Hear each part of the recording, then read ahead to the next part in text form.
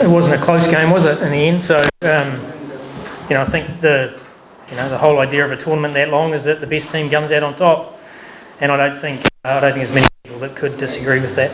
Look, it's an exciting group. We've got some fresh faces who've done well in the Shaheen's, who've earned the right to get some opportunities at the next level, and we're excited as a group to involve them. I think our challenge over here is adapting to the pitch out there quickly, and regardless of what's thrown at us, we've got to make sure we've got a team ready to challenge Bangladesh in their own conditions. So, our last two one-day series have been exceptional. We've won both of those very convincingly, played some good solid cricket, got runs at the top of the order, which always help. And this series will be a challenge for some new players to do the same thing. Well, I think that will come down to conditions. I think there's a lot more grass on that square than I've seen in the past here. So it depends how that plays and whether it'll be more seam through the middle than spin. We certainly think we've got some good enough spinners through the middle. If there's anything on offer that we can squeeze, and we can certainly create some wicket-taking opportunities, but that'll be very much pitch dependent. Oh, look, of course we can, but we also respect Bangladesh in their own conditions particularly. And once again, as I said, these conditions here will be very different than what we saw in that T20 series, where it was a pretty inconsistent bounce and it was a pretty average surface. It certainly looks a lot better than that now, and I think both sides will be challenged with the ball as much as they will with the bat.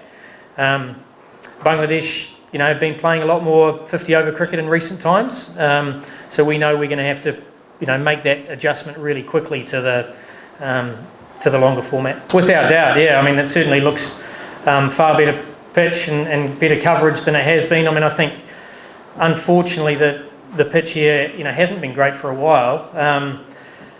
But I think, we saw even in the BPL, the pitches here were much better. Looks like there's a lot more grass cover, a lot more of a genuine contest between bat and ball. And I think both sides will benefit from that. Both sides want to play on good cricket wickets and be challenged. So it certainly is looking that way at this stage.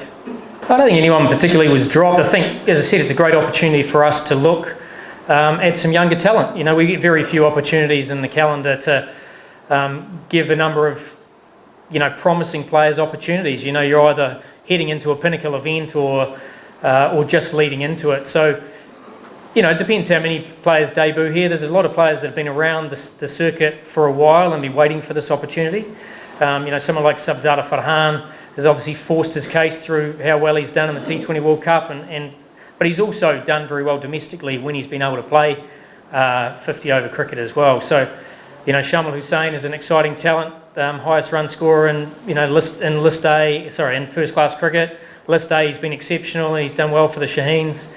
Mars Sadakat has been on the fringes for a while. So these are names that you haven't been able to see, and it's an opportunity for them to show how good they are in this series.